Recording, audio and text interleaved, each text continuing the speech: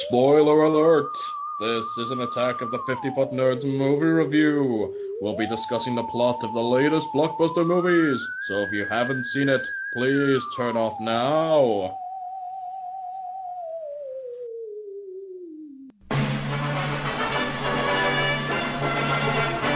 Meet the sulky, over-funky, kinda hulky superhero. A two-fisted and electrically transistored superhero. An exotically erotic and aquatic superhero. The Marvel superheroes have arrived. Superpowered from the forehead to the toes. Watch them change their very shape before your nose.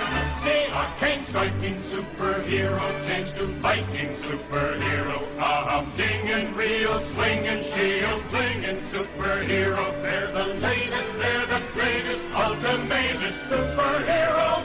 The Marvel superheroes have arrived.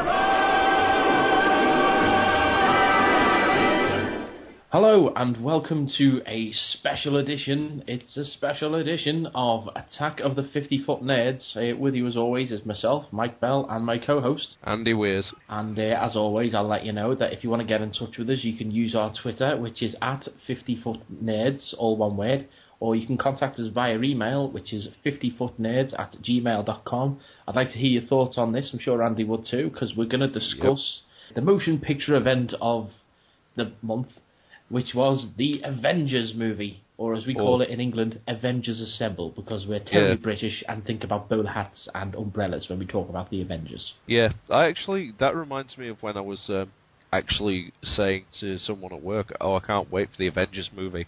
They thought that I meant that one that you're talking about, the old, a movie of the 60s TV show. Yeah. Was it 60s, 70s?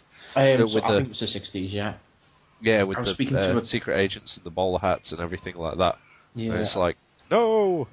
Well, I was speaking to a couple of the guys at the Doctor Who group that I'm part of. It's the MLG, the Merseyside local group. Look us up, first Saturday of every month in Liverpool. We're on Facebook. And we were talking, I was saying about, I'm looking forward to watching the Avengers, and a lot of them, I didn't know there was an Avengers movie coming out. I was like, you know, Captain America, Iron Man, you mean Marvel's Avengers Assemble? I'm like, don't be pedantic. But, well, that's the reason why they've called it Avengers Assemble over here. But to make up for the fact that we've got the crap name, we got it first. So have that, America. I posted on after I'd seen it. I posted online on Twitter saying, "I've just got to say that the Avengers was amazing," and then I got a message from Lee, the head guy over at panelsonpages.com, who said, "Fuck you and everyone else who's seen it already."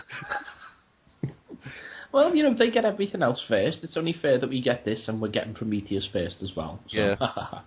I mean, as you said, mate, I completely agree with you. I thought the film itself was absolutely fantastic. I mean, this is something that we've been building up to since, 2008 that Iron Man came out, wasn't it? It was. Yes, May 2008. Yeah.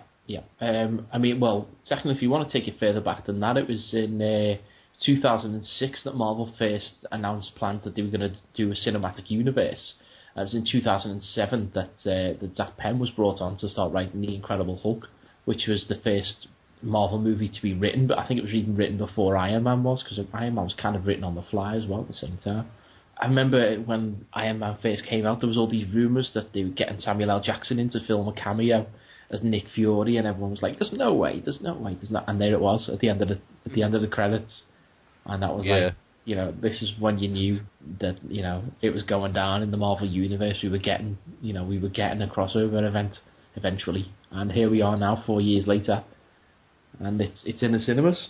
Now, did you go and see it in 3D or 2D? I went to see it in 3D because there weren't as many 2D showings, unfortunately. Mm-hmm.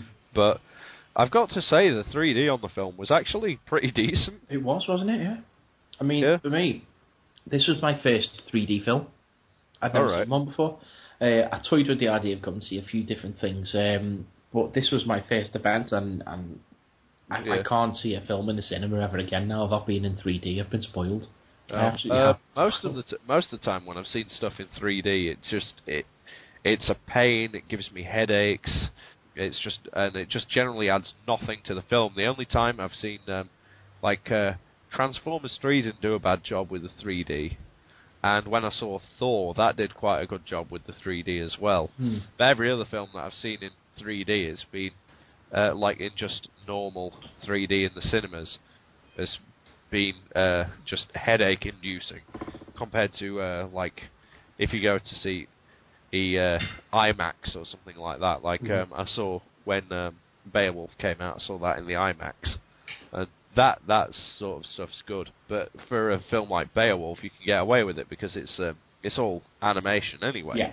So it makes sense when with some of the live action stuff, it doesn't. But with the way they did it with Avengers is it's kind of the same way as they did it with on Thor, Right. except they've obviously got better at it, because with Thor they used it to sort of enhance landscapes and stuff like that as well. That's something I noticed with this. Yeah, definitely. Some of the shots at the end where I think it was Loki stood on the edge of Stark Tower, and you see the entire city sprawled out behind him.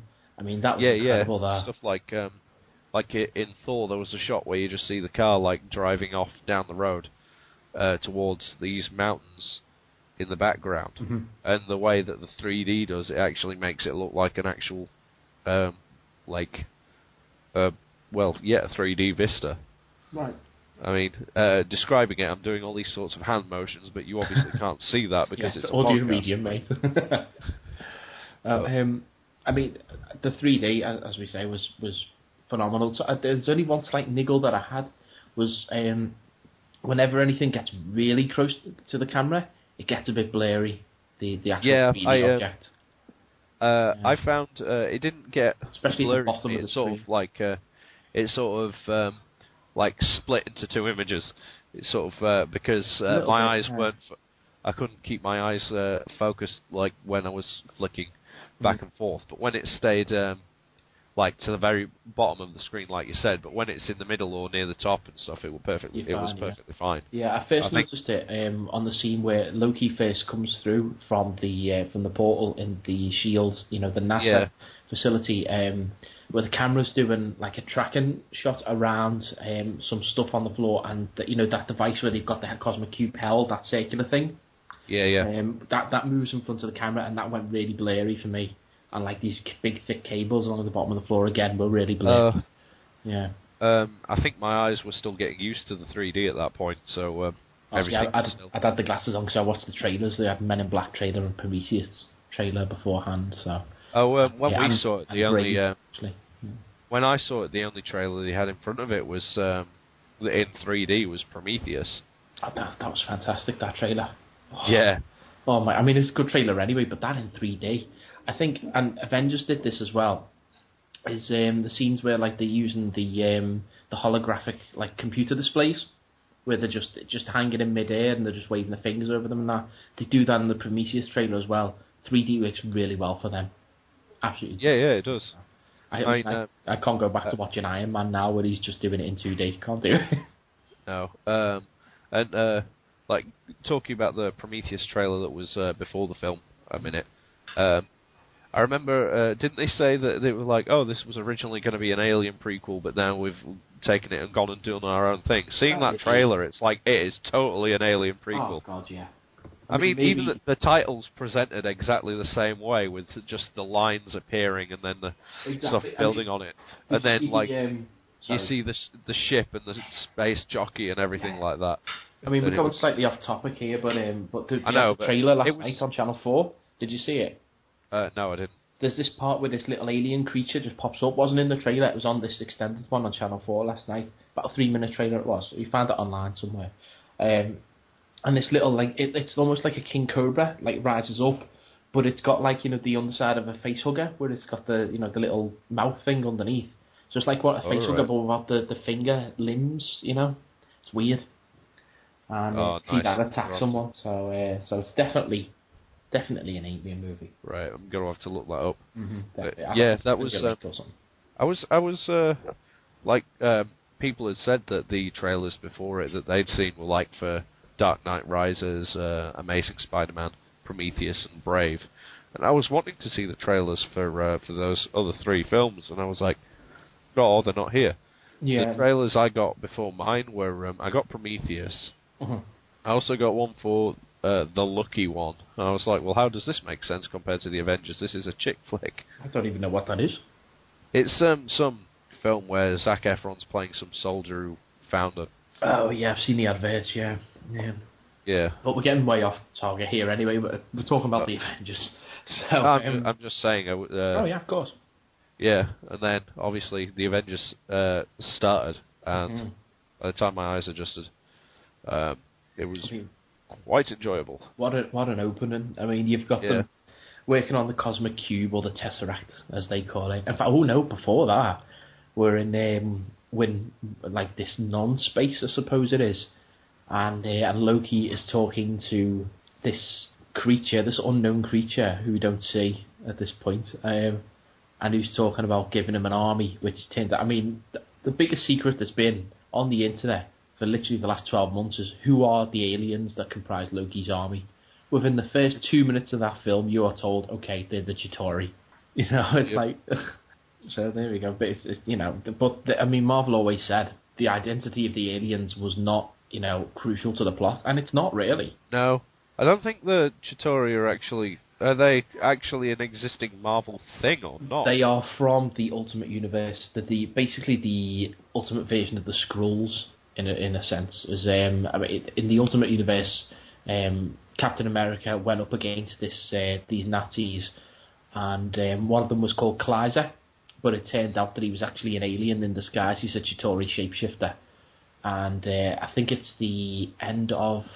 I'm trying to think now. I think it's the end of Ultimates 1 Part 1. It's the Ultimates taking down the Hulk, and then the end of Ultimates Ultimates 1 Part 2 is Chitauri invasion of Earth. And I think, okay. Yeah, they've kind of taken that for the last part of the movie, really. I mean, the Chitauri don't look anything like they do in the books, but I like the look of them, actually. I presume that for the film, the way that they just introduced them like that maybe they'd got something that was slightly based on... Because I was expecting Skrulls, so halfway there. Yeah, close enough. And they sort of like maybe just modified it for the movie. Because I mean the actual reveal is at the very end, but we'll get to that later. Yes. So yeah, it's Loki being talked to by the weird creature thing. Yes, yeah. A lot of people have said the mouth of the Chitauri. I'm going to refer to him as.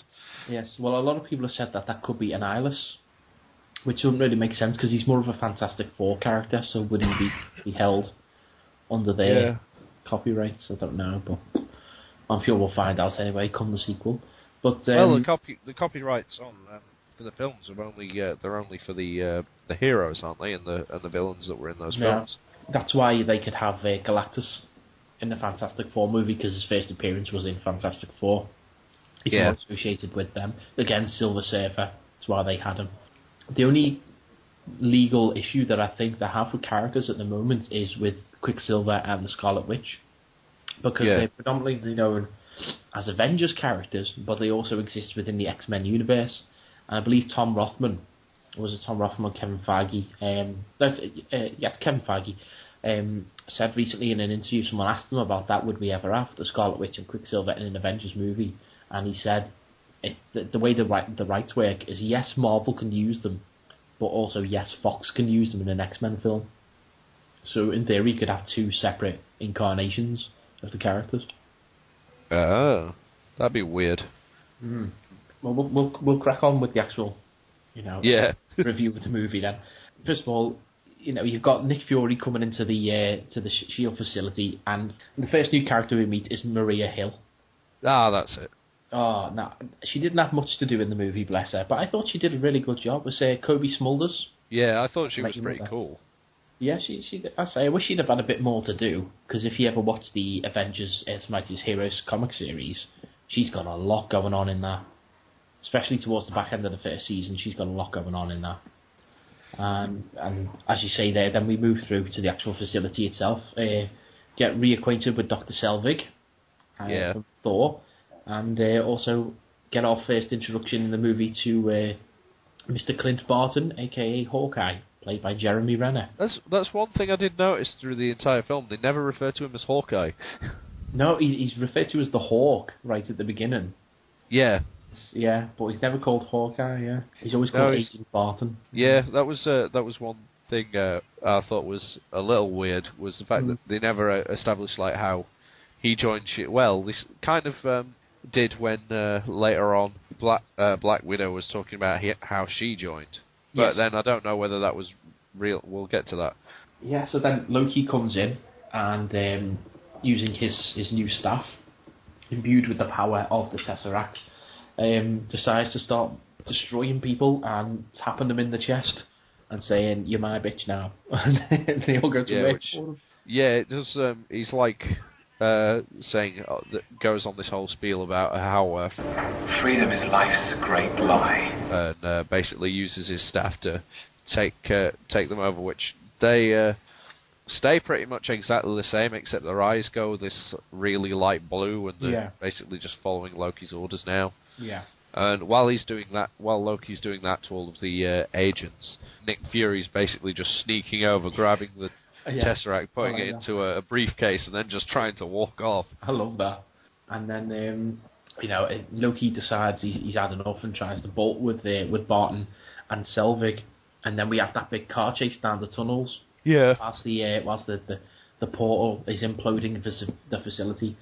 I don't know about you, but that the ground falling into the floor looked better in that for me than it did in the Dark Knight Rises trailer. Yeah, definitely. Oh god, that was a hell of a sequence, because you're thinking, is someone going to get crushed here? Blah blah blah blah blah. But I was especially worried for what's his face, Agent Coulson, because of course we get his introduction around this point as well. Yeah, because he's helping evacuate everyone. Yeah, and he's a cracking actor for me. He's a cracking character. I love him.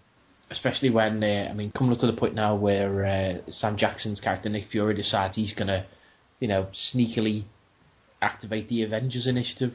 Because he has his meeting with the World Council, and they're like, "Oh, you need to activate Phase 2," and he's like, "Well, that's only in tests." Yeah. I want to do this, and they're like, "No, you can't," but somehow he manages to do it anyway. And then you get the first scene with you get Coulson, who goes to meet with Iron Man, who's got all lovey-dovey with Pepper Potts these days. Yeah, living it up at Stark Tower, and that's where we get the whole thing. His name is Phil, blah blah blah blah blah, which comes into play later.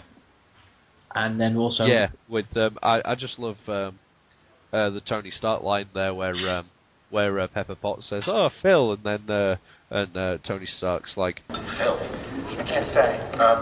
His first name is Agent." Yes, yeah, I love that. That's something we better say now. Robert Downey Jr., Tony Stark, Iron Man. That is the role that man was born to play. Yeah, when I read Iron Man in comics now, I always hear Robert Downey Jr.'s voice in my head. Yeah, he's very much more of a smart, alecky, wise guy than he's ever been in the comics, I think.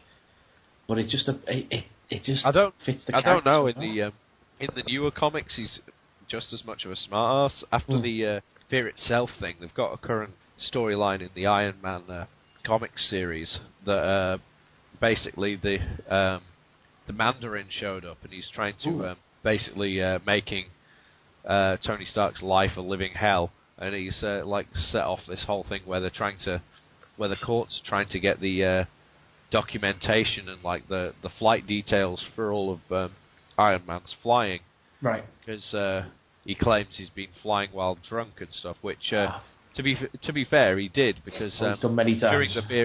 during the Fear Itself thing, that was to summon Odin. That was the sacrifice he made. He sacrificed his sobriety again, because he's a well-known alcoholic. Mm-hmm. So now he's battling with that again. And basically, there's in one of the newer issues, it could be either the newest or the last one, or the second newest.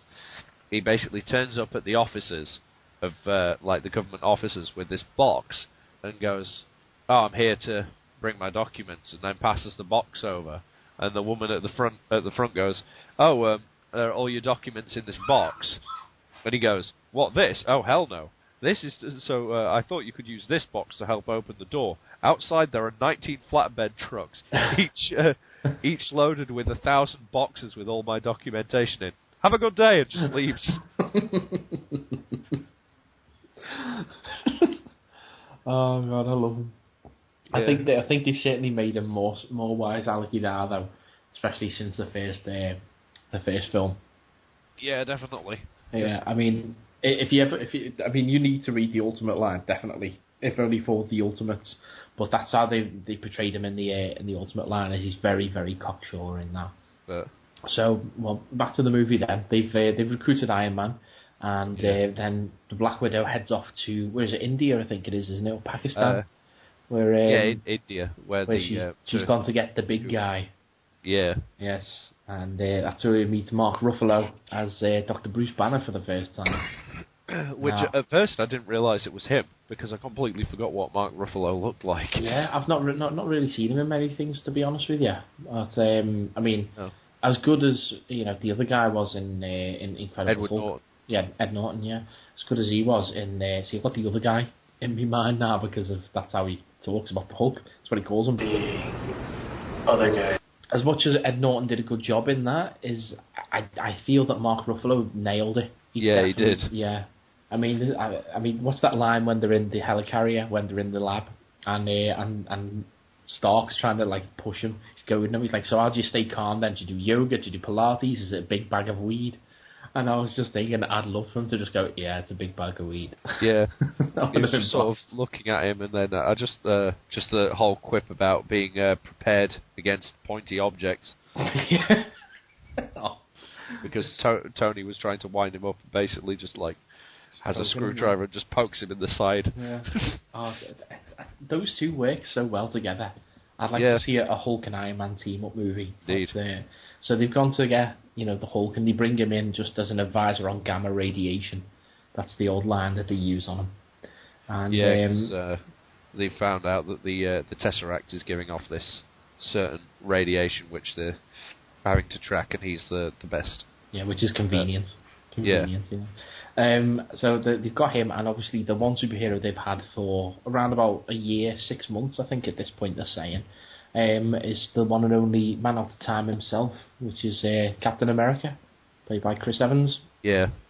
Oh yeah, and that leads to them all turning up at the helicarrier. Yeah. First of all, which at first they appear, and it's just the massive aircraft carrier. That's right. I was like, oh, cool. Obviously, they're going a different direction. They based it on they seem to have based it on their flying base thing, but it's obviously just a ship. And then they start talking, and Black Widow says the line, "Gentlemen, you may want to step inside in a minute. It's going to get a little hard to breathe." That's right. And then Banner says, "Well, you don't want to put me in a pressurized container." No, in the water. Captain America goes, "Oh, it's a submarine," and then Banner's like, "Me in a submarine? That someone's not thought this out." Yes, or something along those lines. And then they walk over to the side. The entire time, as soon as she said it's going to get a little hard to breathe, I'm like, "Oh yes, it's going to start flying." And I just started jumping around in my seat. Oh yes. And then they just go to the side and see the massive propellers, and it just starts taking off into the sky. And then Banner just goes, "Oh, this is much worse." Yeah. Which, as it turns out, was right. So we've got our three of the Avengers all together now, and luckily, Dr. Banner manages to track down with the help of Iron Man, who's hacked into S.H.I.E.L.D. security systems at the same time on the sly, has managed to track down Loki to Germany. Yeah. And I thought this sequence where they break in. Oh, that was great. Where he just walks up to the scientist guy, throws him down, and basically just stabs him in the eye with that thing that basically removes his eye and creates the digital thing, so Hawkeye could break into the lab. That's right. There's that line in the moments beforehand where Hawkeye says, or is it? I forget who it is who says. Oh yeah, Hawkeye says, "I found our next target. What do you need?" Need a distraction. An eyeball. and he just stabs that guy in the eye, and you see the virtual eye coming. Oh, Yeah. that was brilliant. I still no idea what they needed. Iridium to stabilize to stabilize the portal. Yeah, otherwise it'd just come out and then collapse again like it did at the beginning with Loki. That's a bit of a cop out, really. I mean, that's just a way to get them to have a bit of a fight, really, isn't it? Come on. Yeah. Well, at this point, anyway, the Avengers, as it stands at this point, which is just Iron Man and Captain America, they managed to catch Loki, and they're flying back to the helicopter. That's the first time that Iron Man and Captain America meet each other as well, because Cap's trying to fight Loki, and then Iron Man comes and helps beat him up, and then Loki gives up, and they're both stood over him, and like Captain America just turns to just looks over at Stark and goes, Iron Man, and then which Stark just replies, Captain. Yeah, I mean, how cool is it seeing two of those characters together, and then a few minutes later they're flying back to the helicarrier in the Quinjet, and who comes down from the sky but the God of Thunder himself, Thor. It starts flashing lightning, and Captain America says to because he sees Loki flinching, it's like, oh, do you not like? You're scared of thunder, and then Loki's like, no, I just don't like what usually comes after. Which Thor just lands on the roof. They open the back so Iron Man can go out and investigate, and Thor just jumps in, grabs Loki, and jumps straight back out again. Yeah. That's the one thing I love about Thor in this movie, is he gets a chance to fly a lot. Yeah. Yeah, that annoyed me about the solo movies. He didn't really get to do any of that. But he gets a good chance in this movie, which I was very pleased with. And, Chris Hemsworth playing Thor, he's got that character. Again, like Tony Stark with Robert Downey Jr., he's got him down to a T.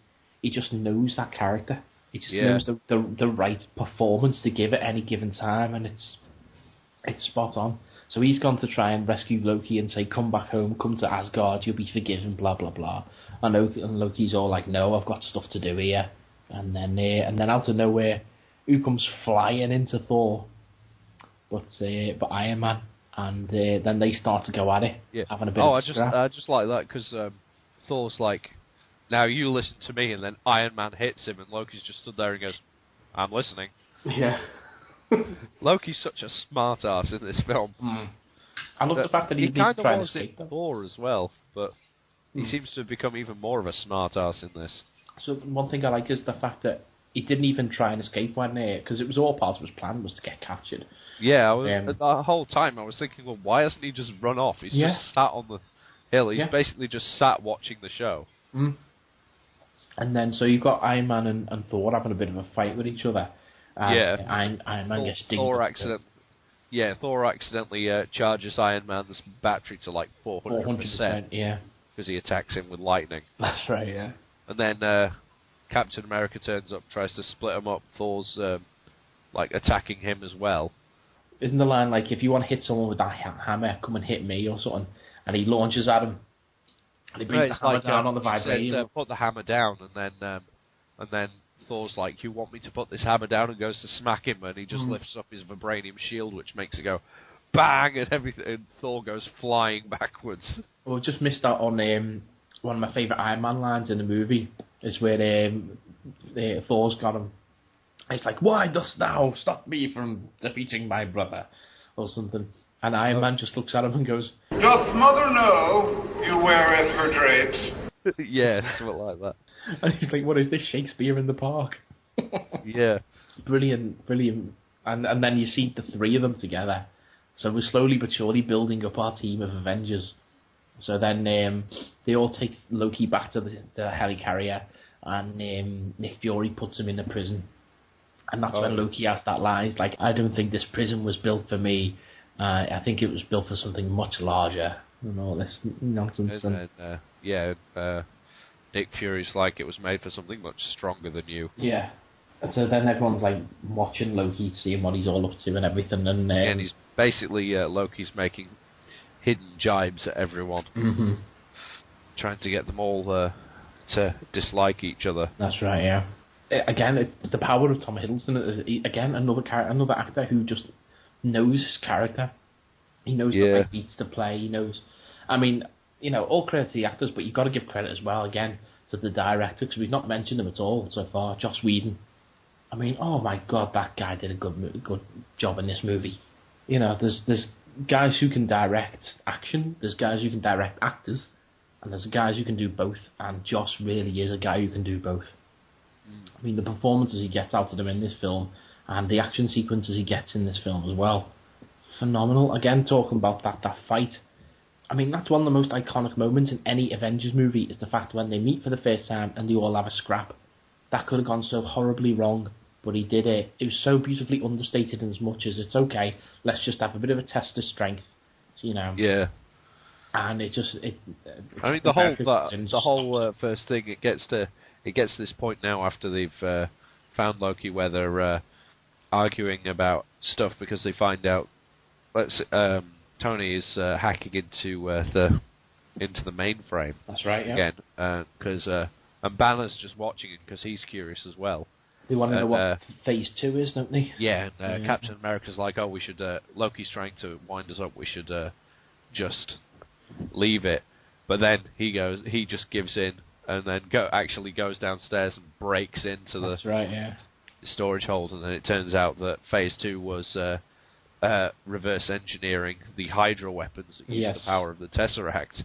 Going back to Cap just one moment, I loved the little bit where they're introducing Cap, and we have some flashbacks to the Second World War and everything, and then there's that one little shot which isn't in the First Avenger, Captain America First Avenger. Yeah, where he's in the ice, and that scientist goes, "My God, this guy's still alive." Yeah, that's a cracking little moment, because we never had that in First Avenger. We just had him waking up in the present day, which kind of would have taken away from that moment, I suppose. But it's nice that we got to see it at last here. Yeah, because the way they set it up in the end of Captain America was like tried to make him think he was still back in the past, whereas and tried to make the audience think that as well, compared to like in Avengers. Obviously, we know that he's in present day, so they could include that my God, he's still alive thing. Yeah, I mean that for me. Although is one of the iconic moments. To be fair, I don't know why Captain America remembers that, because he was unconscious at the time. Well, that's a good point, actually. Yeah. Well, right. Okay. Well, that's completely. It's a 1-star review now. Then it's completely. Yeah. Continuity sucks. No. I know. Yeah. No, it's alright. It adds character to it. That's it. I trust Nolan now. He's probably watched the documentation of how he was found afterwards. Oh yeah. Anyway, so yeah, that's got to be that's it. Nice work, that's it. Yeah. So at this point, then we've got yeah, they all who've we got together now? We've got Banner, we've got Iron Man, we've got Captain America, which at this point is they have that whole moment about who'd win the fight between Captain America and Iron Man. They're doing that. Go on, put on the suit and we'll have a go. Right, put on the suit. Yeah, because Thor's there as well, and well, Loki's manipulating him at this point.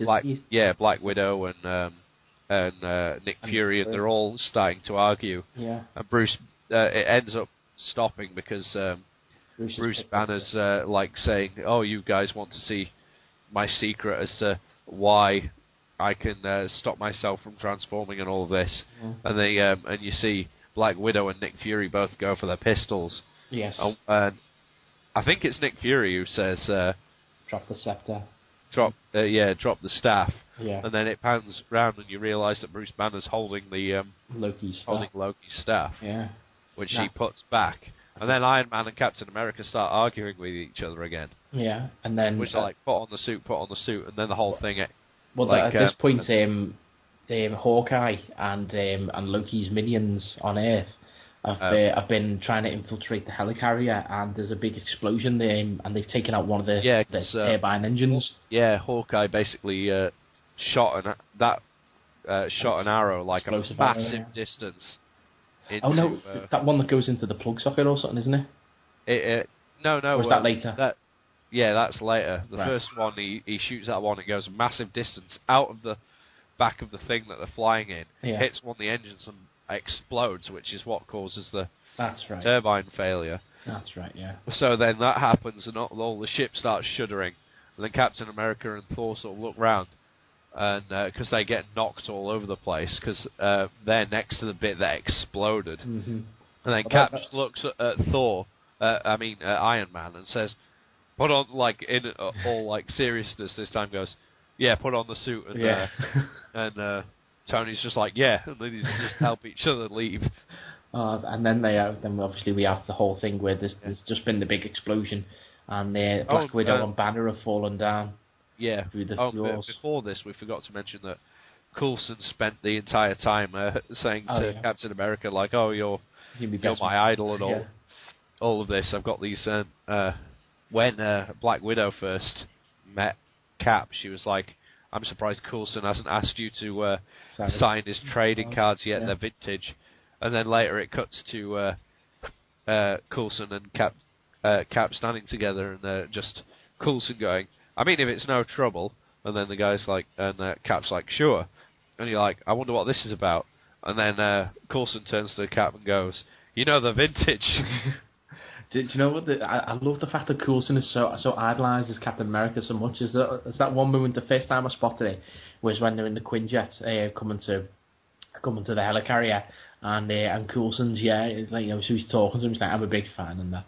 And then Captain America stands up and he leans on the doorway in the Quinjet, and Coulson goes to the other side and does the same lean. He copies his body I never pose. noticed that. Yeah, he copies him, and then he does it again when they're on the bridge, when Cap's leaning against the railing. Coulson leans against the railing as well in the same way. He's I never noticed that. Oh, that's the first thing I spotted. I was like, that's boss. Yeah, I just liked in the Quinjet where they were like, where Coulson was saying to Cap, I watched you while you were sleeping.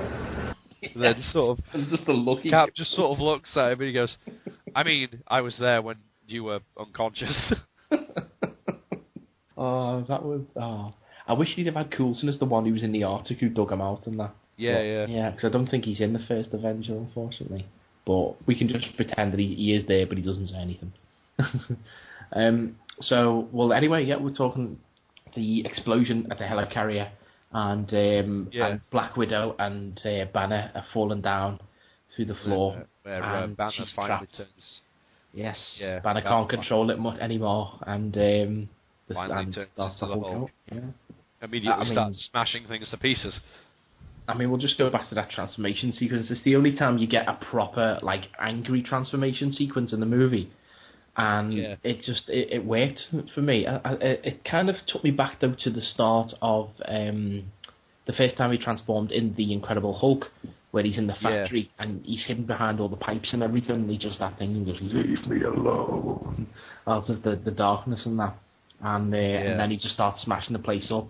They kind of did that in this, in as much as, he's behind all the pipes and stuff, and then he starts running towards her and whatever, and that's we get a proper good look at the Hulk then. It's like, there's no point in hiding him. We know what this guy is, we know what he looks like, let's just do it.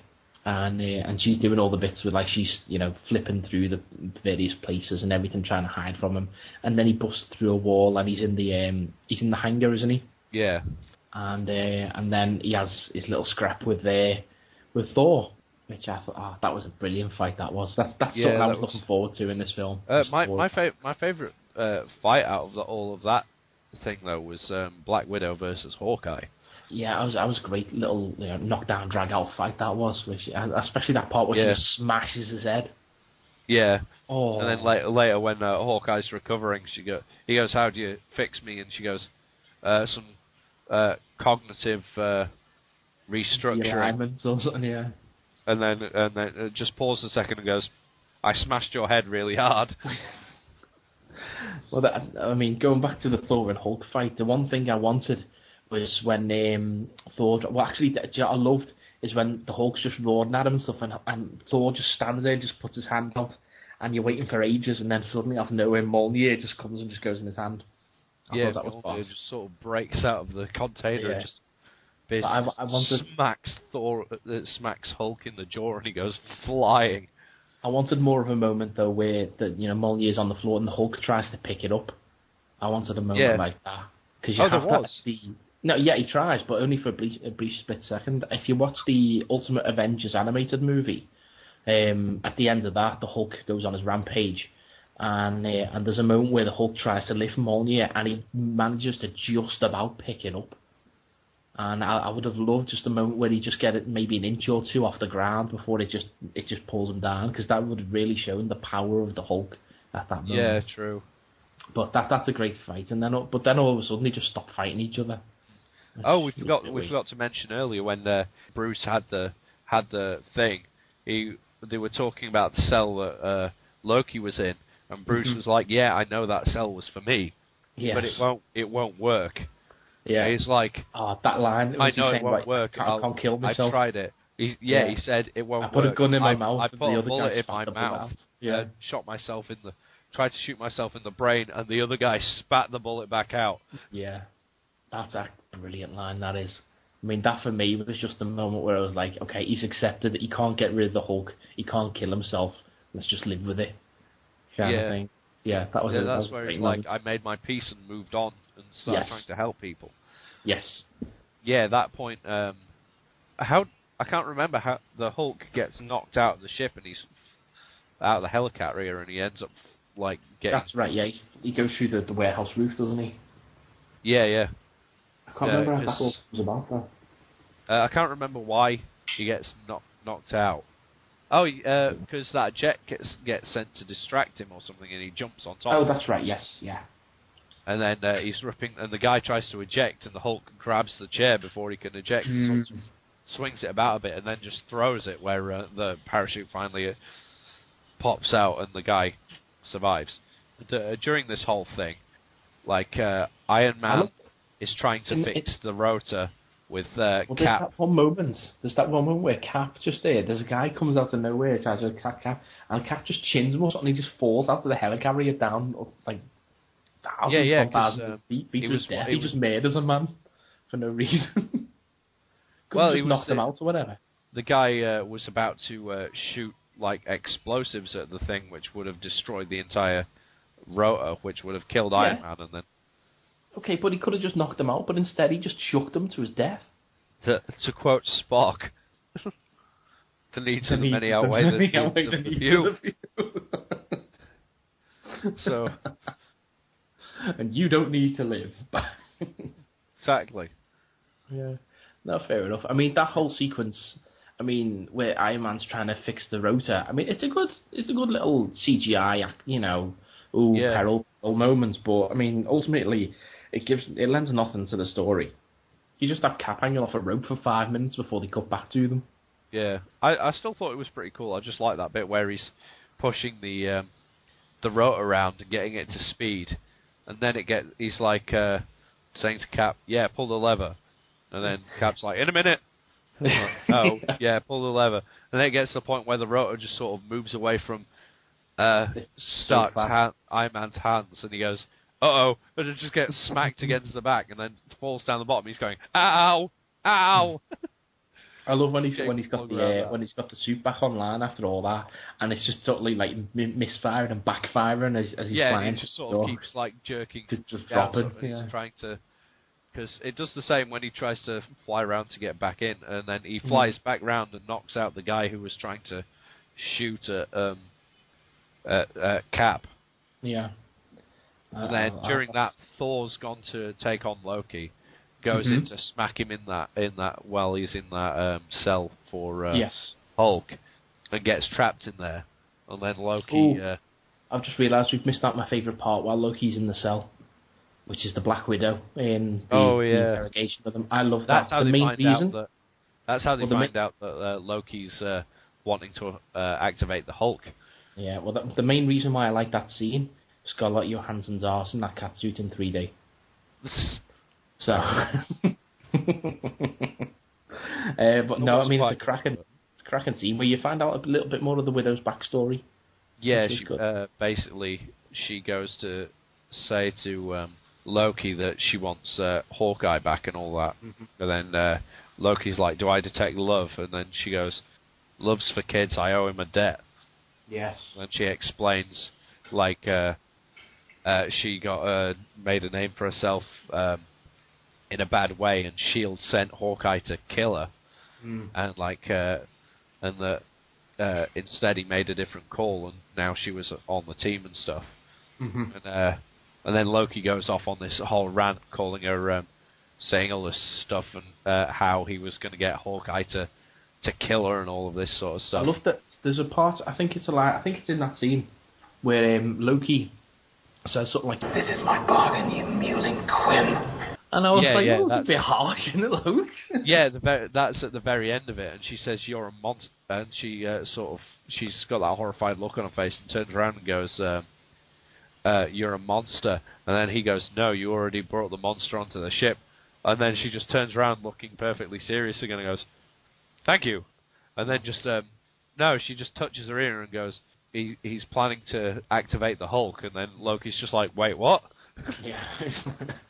And then Black Widow walks off and just turns back to him and says, "Thank you," and just walks off. And then Loki's like, "God damn it!"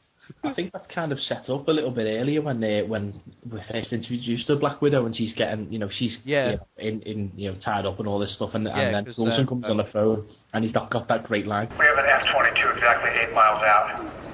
Put the woman on the phone or I will blow up the block before you can make the lobby. Yeah, and then when she's talking she's to just him, like, he's yeah, like, I'm I'm in the middle of an interrogation. Yeah. He's telling me everything, and then the Russian guy's like, I didn't say everything. Yeah. And then she just goes, fine, and just breaks out of the chair and smashes them all to She says, I just need to put you on hold, and then she's just destroying these guys, and then he's just cut to Coulson, who's just saying... He's just stood there on the phone, and you could just hear all the noise going off. Yeah, she does that bit where she does that little flip onto her back and then straight up again. I thought that was a brilliant move. I don't know if that's real or CGI or whatever. I mean, or done with wires or whatever. But that little bit I'm talking about where she's just got like her legs back under her back and then just move back off the floor. Oh yeah, I think so. Yeah. Oh, that was wicked. That. Yeah. A little handspring type of thing. And but anyway, back to so where we Loki are ends up trapping Thor in the cell. Yeah, and then Loki goes to unleash him, and Coulson appears with this massive gun that they developed based on the destroyer armor. Yeah. And he's like, oh, I don't know what this does. Well, let's find out. But before he can fire it, the real Loki, he gets stabbed in the back. That's right, yeah. It turns out the real Loki was actually behind him the entire time, and the guy stood at the console was another one of Loki's projections. Yeah, that's a horrible moment. That when Coulson dies, I was like, no. Yeah, and then Coulson sort of sinks down to the floor, and Loki walks up, and then Loki starts that whole thing of he drops Thor. Coulson's like, you're not gonna win, and then Loki's like, well, I've scattered all your heroes, blah blah, and done all this. What's everything's my advantage. Why wouldn't I win? And then Coulson says, like, you lack conviction. And Loki just looks annoyed, and then you just see, blam, and he gets fired against the wall. And Coulson's just got a shot off with that gun. And he goes, so that's what it does. And then Nick Fury appears, and he's there, has that last conversation with Coulson. Yeah. And Coulson's last words are like, they needed this or something like that, isn't it? Yeah. They need something to fight for. They need something that gives them that one little push. Yeah. That was a great moment. I was devastated he died. I was hoping that he'd come back or something, but unfortunately not. But well, as we've covered previously, comic book death. Will it exist in the movies? We just don't know. They'll probably not have him back, or like have him in flashbacks or something. Yeah, I suppose. Unless you figure out a halfway rational explanation, because they can't just have him randomly come back. Yeah, by the way. They'd have to think of something like, say, if Doctor Strange got involved and they had to resurrect him or something like that. Well, what if Coulson wasn't Coulson at all? Maybe, what if he was like an Ultron robot that was made to look human? And then they brought Coulson back later. That doesn't explain the blood, but... well, maybe... Or you mean when the Coulson that comes back would be like Coulson imprinted onto an Ultron or whatever? Yeah, that's what I mean. You could do something like that. Yeah, could do. That's one way to do it. But I'd like to see Clark Gregg as Ultron. I think he's very good, because I'm currently watching the Avengers 90s Heroes animated series, and we just got up to the point now where the Ultron robots have been imbued with the concept of violence. And, that's not going to turn out well. I was going to say Ultron's dead. No, Coulson's dead. The Avengers are somewhat scattered, and everything's going to hell. Actually, just remembering about Coulson dying, I read a great comment on the internet the other day where someone said, all this outrage has been people moaning about that they don't like Captain America's costume, blah blah blah. And someone said Coulson designed Captain America's costume and then he dies 5 minutes later. Did he get his just desserts? I liked his costume. I did. I liked it. I didn't get what the issue was with it.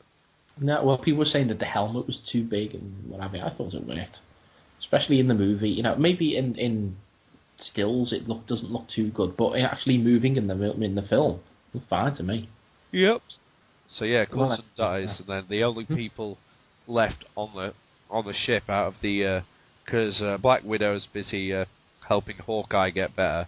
So yes. It goes back to the bridge where the only people up there are that Maria Hill and Nick Fury, and then sat with Captain America and Iron Man.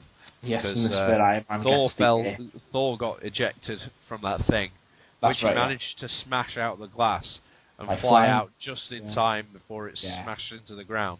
But he still took a pretty massive tumble. Oh yeah. And Hulk fell out of the thing where he landed in that in the warehouse. At which point he asked the random guard guy if anyone got. Which the guard I think was played by. He was played by Hell. What's his name? Oh, from. Are you gonna ask? He's an alien. He's what's his bloody name? We're supposed to be geeks. What are we like? I'm just trying to see. Where are we? I'm trying to find notes. No, I can't see. It'll carry on. I'll find it. Yeah. But basically. Yeah. So Hulk's been found by this by the guardsman. He said he dropped through the ceiling, stark nude. Well, he has that line, isn't he? He goes, "Are you an alien?" He goes, "No," and he goes, "I think you've got a condition, son." Yeah, then you've got a condition. There was quite a few laughs in the cinema when I saw that, when the guy said that line. And then he said, "I didn't know whether these clothes would fit you until you shrunk down again." Yes. And then Banner was like, "Did anyone get hurt?" Harry Dean Stanton. Stanton. No, this is It was Harry Dean Stanton. That was it. Yes. And then the guy's like, "No, you scared some pigeons, though. This place is abandoned." and Banner was like, "Well, that was lucky." And then the janitor guy's like, the security guard guy's like, "There wasn't any luck about it. You were awake when you fell." Yeah. Ooh, yeah. Which is the reveal that the Hulk actually deliberately, led himself to somewhere where no one would get hurt. That's right. Yeah. That was I like that. Is the fact that you realise at this point that the Hulk, as much as we know he's a hero, he has a conscience as well to be like he's careful at the same time. Although you can always put that down to the fact that the Hulk is he's always wanted he wanted to be left alone, really, hasn't he? So, well, yeah. So we've got, like I say, we've got our Avengers scattered now, and that's when Robert Downey Jr.'s Tony Stark comes up with the thing about he's an egotist. Loki's an egotist. He wants the world to know about it. He wants his name to be shining in lights, and he's like, oh shit. He's like, damn, and then they realise that they've been putting the portal on top of Stark Tower. Yes. Yeah, and then you get Iron Man flying back to New York, and they have that confrontation. Followed by Captain America, Hawkeye, and Black Widow, all in the Well, then when Stark gets back to Stark Tower, and he has that little scene with Loki, and that's where we get that line, which has been shown in so many trailers, so many teasers. I have an army. We have a Hulk. Yeah, I just like that where he's taking his armor off as he goes in using that rack, and Loki's just walking in as well, and he's like, "I'm here to threaten you," and then Loki's like, "You probably should have left the armor on for that." He's like, "Do you want a drink?" And then Loki's like, don't toy with me, and then Stark's like, threatening. No, but do you want a drink? I'm having one. And he's just... Yeah. He's just casually just... Yeah, because then that's when he puts talks about the on Avengers. those bands on his wrist, which are like the Mark V armor or something. Yes, because no, I think it's Mark 7 at this point. Loki blasts him and he falls out the window, and he says to Jarvis, Jarvis, activate the armor or whatever, and they use those bracelets to lock onto him, and the armor like builds itself around him and finishes just before he hits the ground, so he quickly sticks on reverse thrusters and goes straight back up again. That's a great moment. Yeah.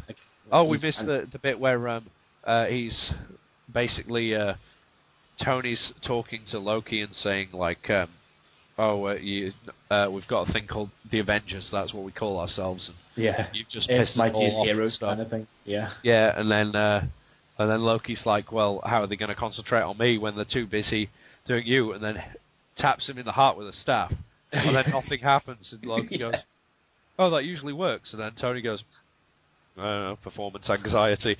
But actually, it's because you can just tell by the sound. Go, ding! He just touches him at the arc reactor rather than being able to get to his heart. I think I might try that next time I'm out on the pool. Say, do you want to touch me in the arc reactor? see what gets said. Yeah, and then that's why Loki knocks him out the window. Yes, that's right. And then that all leads into the final act. Well, Selvig's on the roof opening up the portal, which by this point Selvig must bloody stink. He's been wearing those same clothes for days. He hasn't had a shave. He hasn't had a wash. Oh, he just looks manky.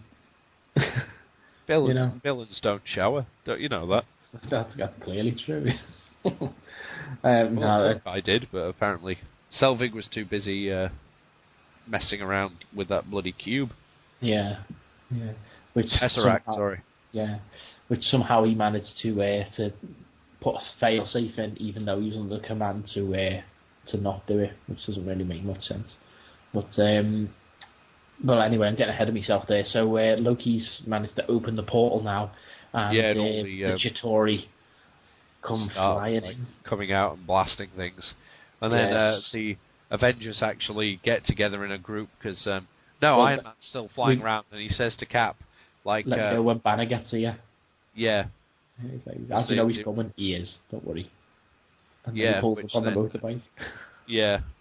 And then I love the fact that when they're all together, he's sort of Iron Man leads that massive flying thing towards them. The Leviathan. Cap's like, and Cap's like, Bruce, you're going to have to get angry real soon. And then Bruce turns around and says, oh, that's my secret. I'm always angry. And just turns straight into the Hulk and then just smashes it in the face.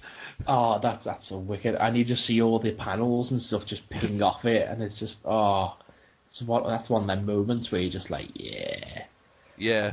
And then I just love the part in that where they're organising stuff and then they all appear in the same... Oh no, it's before that. Cap appears on the roof of this car because the cops are like, I don't know what to do, and then Cap just appears and starts giving orders. Yeah, it's like and then the guy's like, well, why the hell should I take orders from you? And then he just fights off three Chitauri at the same time, and the cop just turns around and immediately starts giving the same orders to his fellow policeman. Oh, that's wicked. I mean, the whole... Although I expected the line, because I'm Captain America. Well, no. Do you know what actually disappointed me? Is at no point did Cap say Avengers Assemble. Yeah.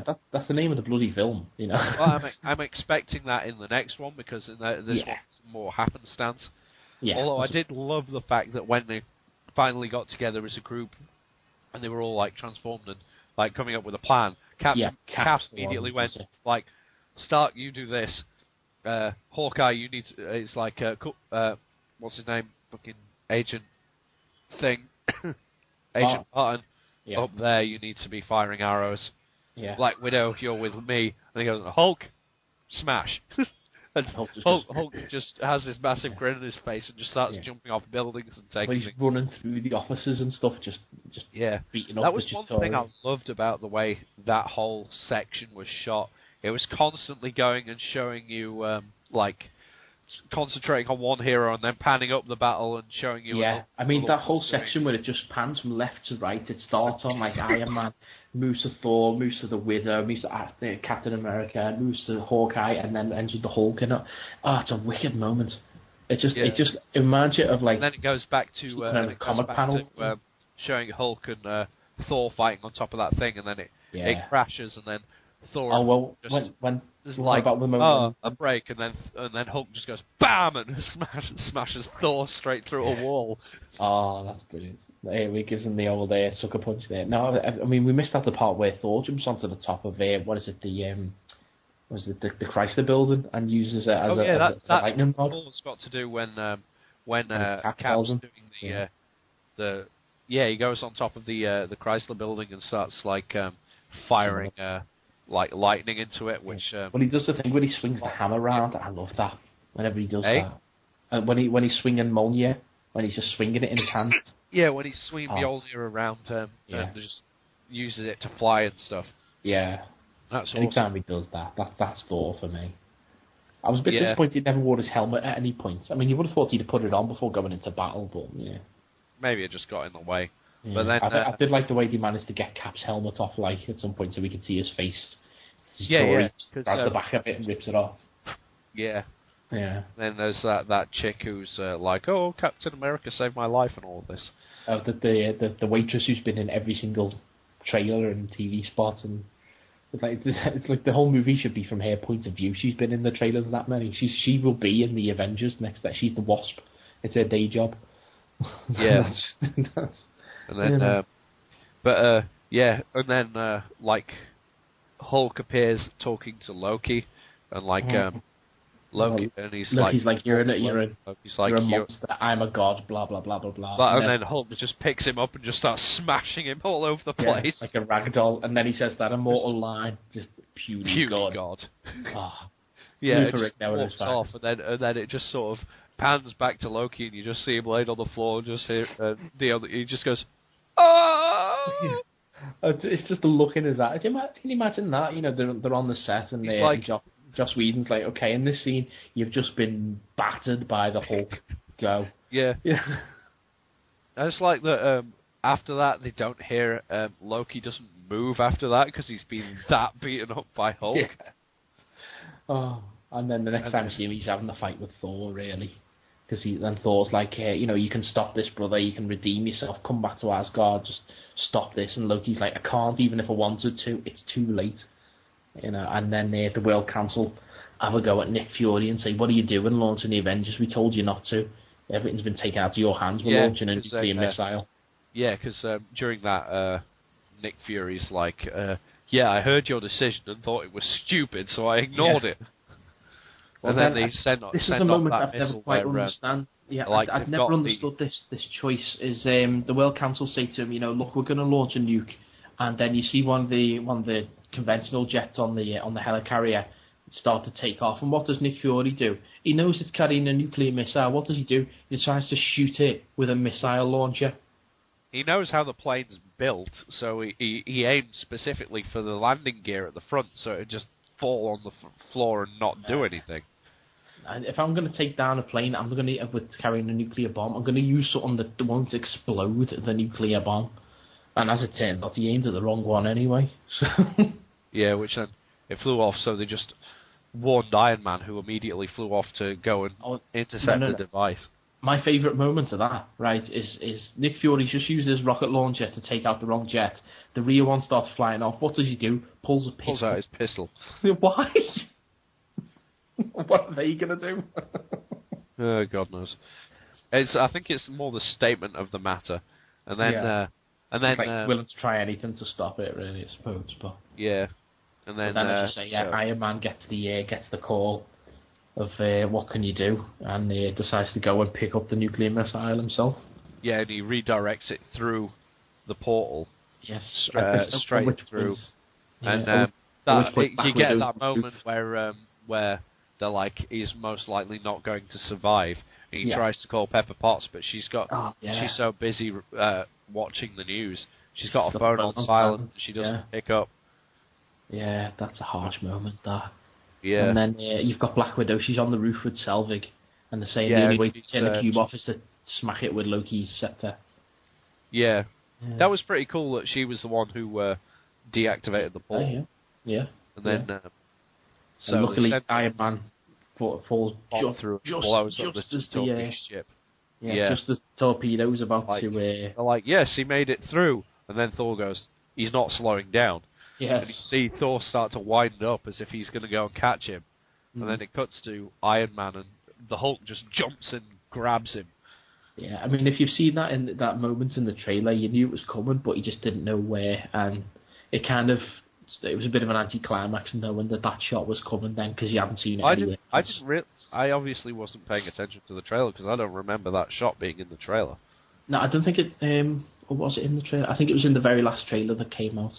I don't think I saw that one, so... Well, that'll be it then, but, yeah, no, it was a cracking catch, like, and then when he won't wake Drop up, down, Hulk just goes... And then he sort of wakes up and goes, what the hell's going on? Did anyone goes, kiss me? what the hell? Did anyone kiss me? He's looking up at the Hulk. I love the way the Hulk is. He's like kind of like a gorilla at points where he's all got the hunched over and he's constantly moving about and doing the punching of the floor and all that nonsense. I thought that was pretty cool. Yeah, that was. Give him a bit more of an animalistic edge. Yeah, that was pretty cool. And then they're like, hey, it's we won. And then Thor's like, oh, it's not over yet. And then it cuts back to Loki getting up off the floor. And he just sort of stops and he looks up and it pans over to what he's doing. And all the Avengers stood there with Hawkeye, like just holding a drawn arrow in his face. And then Loki just goes, if it's all the same to you, I think I'd like that drink now. It cuts back to them, and all of them are serious except for Tony Stark, who's now got a smirk on his face. And then you've got, obviously, the whole, hooray, we've saved the world ending, and there's all the news reports about, the Avengers have saved the day, blah, blah, blah. Yeah. And then you've got good old Stan Lee going, I love the fact that the Avengers saved us all. He appeared because he was on that panel. He's like, superheroes in Manhattan, please, because it was on that random panel that was Avengers, a hoax, and apparently, according to the credits in that, he was actually playing himself. Oh, lovely.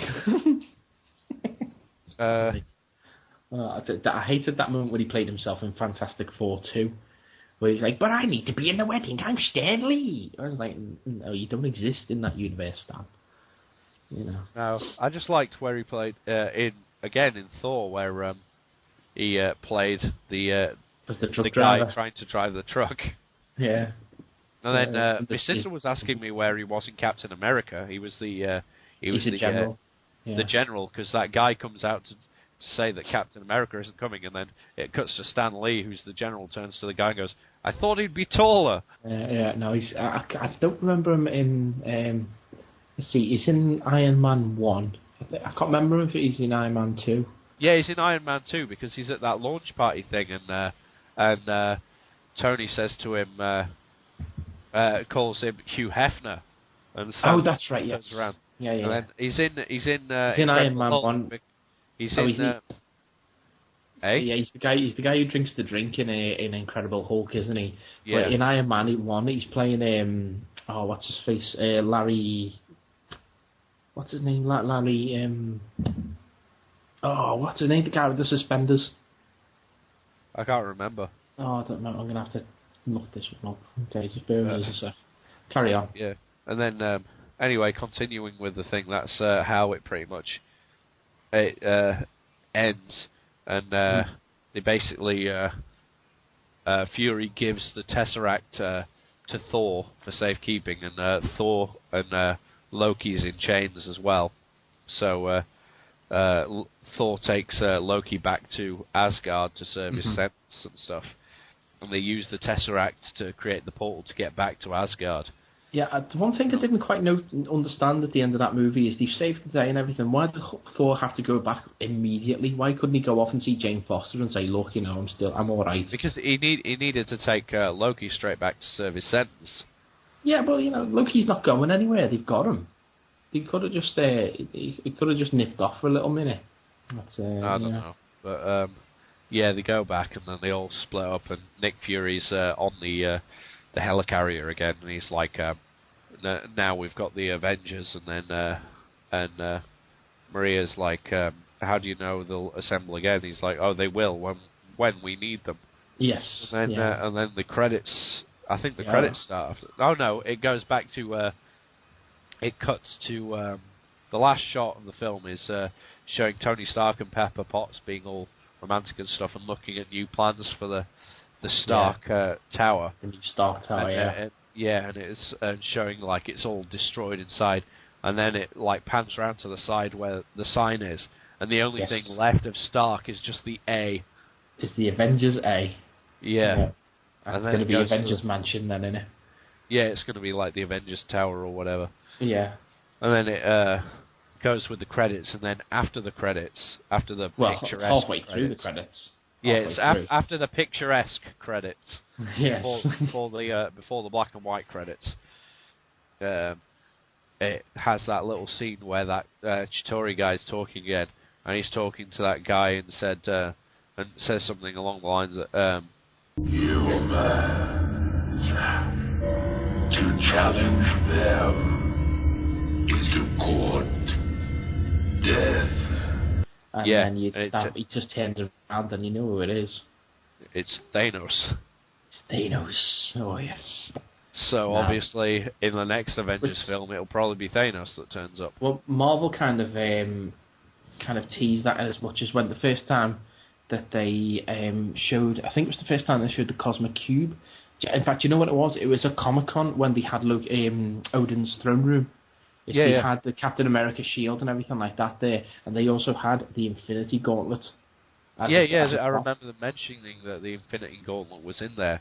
Yeah, because it's in Odin's throne room, not in the throne room, in his vault.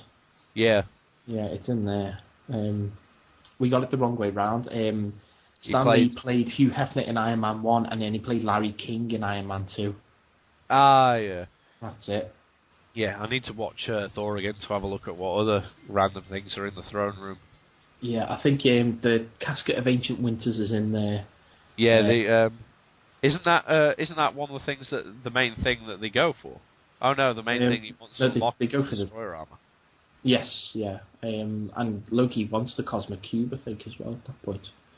I don't think it's the actual cube in that. It's that weird chest that does all the weird frosty stuff, isn't it? Oh, well, that'll be the Casket of Ancient Winters then, yeah. No, I can't remember off the top of my head. We'll have to look. But yeah, that was the Avengers or Avengers Assemble, and it's the most awesome film ever.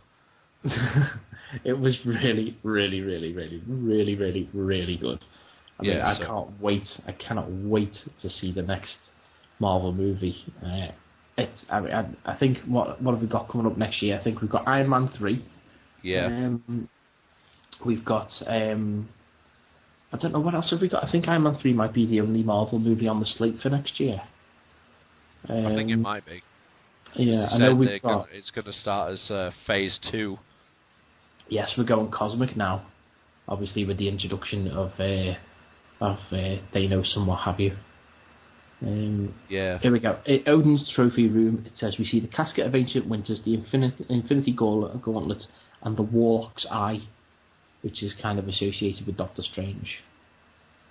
And Eric Selvig in Thor, apparently when he's saying he's got a friend who used to work for S.H.I.E.L.D., I always thought that he meant Bruce Banner, but apparently he means Hank Pym. So there you go. We are. Also, we've got the Tablet of Life and Time, which is, if you remember the old Spider-Man animated series, the thing that the Silvermane and the Vulture and everyone wanted. It was that thing that makes them young. Oh, yeah. Yeah. So we've got that. They've got the Infinity Gauntlet, they've got that. They've got the Orb of Agamotto, which is, again, something to do with Doctor Strange. They've got the Eternal Flame of Asgard. They've got the Warlock's Eye. The Casket of Ancient Winters, that's the one that Loki wants. And the Cosmic Cube. So there you go. Yeah. So that's what we have in the in the Odin's vault. So there you go. So that's the end of the Avengers. Then it's definitely recommended. I would certainly say we've just told you the plot of the entire film, but it's not a patch on actually seeing it. Oh God, go and see the movie. If you can see it in IMAX, go and see it in IMAX. If you can see it in 3D, go and see it in 3D. If you're not tight. If you're short on money, go and see it in 2D. I'm sure it looks exactly the same. A little bit flatter maybe. But, like I said, originally I was wanting to see it in 2D, but there wasn't enough screenings, so I went to see it in 3D, and the 3D wasn't too bad. Well, I basically pestered you to go and see it in 3D, didn't I? I said, go now, go as soon as you can. And that was the one that was on the most, the soonest, really, wasn't it? Yeah, pretty much. Go and see it. Let's say, we've spoiled the entire film, but if you don't care about spoilers, that's fine. If not, you can listen to this during it or after it. Yeah. Do you know what we? Well, not we should during do? it. Do you know what we should do? We should sort out a commentary or something like that. We'll do a podcast commentary at some point. For something. That's something we could do actually. Riff tracks. We could do we could do the 50 Foot Nerds commentary on such and such film. That's something we'll work on. You heard it here first, I suppose. I hope you've enjoyed this episode of the 50 Foot Nerds, and hopefully it should be the first of many special edition movie review ones that we do. I know I'm certainly going to see Prometheus soon. Yes. I don't know if you After are, seeing that trailer, I am definitely seeing Prometheus. Okay, well, we'll sort out another special edition pod for that one. But as I say, check out the other pods that we've got up there. We've recorded the first 2 episodes. Episode 3 should be winging your way. It's fairly soon. So that's it from Attack of the 50 Foot Nerds. I am Mike Bell. I'm Andy Weirs. Check us out on Twitter at 50 Foot Nerds. Email us at the address given at the start of the show, and geek out.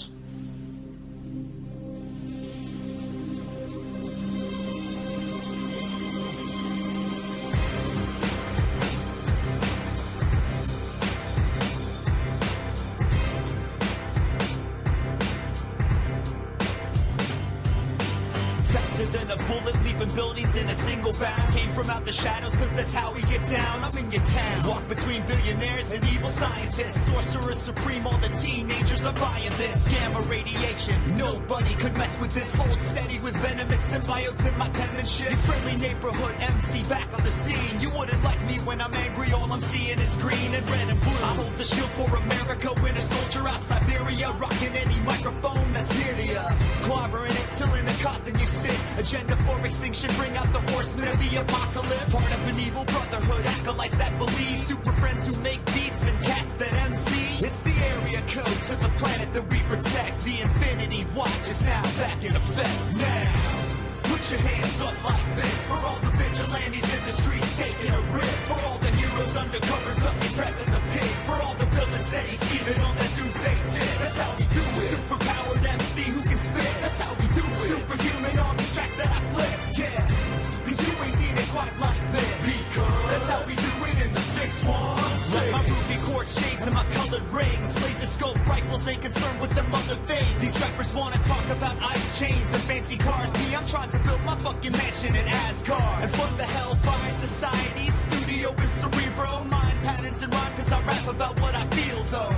You hear the rhythm and you're hearing the track. I'm here to take it back to days of future past in my rap. I'm the Stan Lee of the streets, demand things when I speak. Like your attention and respect when I jam these in the beats. And my tape deck pops, my mixtape still rock. They're in your system, that's what Soundwave's telling me on the block. Ricky Bobby Drake's the only ice that I rock with. And mental telepathy is the only style that I talk with. Close your eyes, you can listen up in your mind. During this song, been freestyling there the whole time. Now, put your hands up like this. For all the vigilantes in the streets taking a risk. For all the heroes undercover, ducking, pressing the pigs. For all the villains that he's scheming on that doomsday tip. That's how we do it. Superpowered MC who can spit. That's how we do it. Superhuman on these tracks that I flip. Yeah, cause you ain't seen it quite like this. Because that's how we do it in the 616. Hey, yo, Vince, drop the beat out. I wanna go Pietro on these cats, right? Yeah. Spitting hitting the rhythm that nobody's getting. I'm down to the infinite, watch as the wisdom will battle these women and children. I'm ripping tracks, I go Mark 5 with a power pack. Hawkeye, what I'm aiming at. Stop time, watch your chain react. Can't lie, I'm a brainiac. Little they know, I'm still in the show. I'm filling the streets, unlimited flow. A second to talk hot when I'm killing it, yo. Please, shots to your chest, you're rocking a mess like Cable did. I'm hungry as Wally West at a kitchen table shit. Nobody'll save you, kid. I'm Frank with a gun, I'm Hank with his son. I'm Blob when I skip lunch, eating rappers, man, so thanks for the gum. I'm Starch Wallace back before all these banks had a run. I'm Lex Luthor when I rap, I'm trying to blank out the sun. Cause all I see are friendly faces and shifty eyes. Keeping these anonymous commenters honest, making them realize you love to hate me on the net when I try. That's why you get no love when you're up on my block. Now, put your hands up like this for all the vigilantes in the streets taking a risk. For all the heroes undercover ducking, pressing the pigs. For all the villains steady scheming on that doomsday tip. That's how we do it. Superpowered MC who can spit. That's how we do it. Superhuman on these tracks that I flip. Yeah, cause you ain't seen it quite like this. Because that's how we do it in the 616.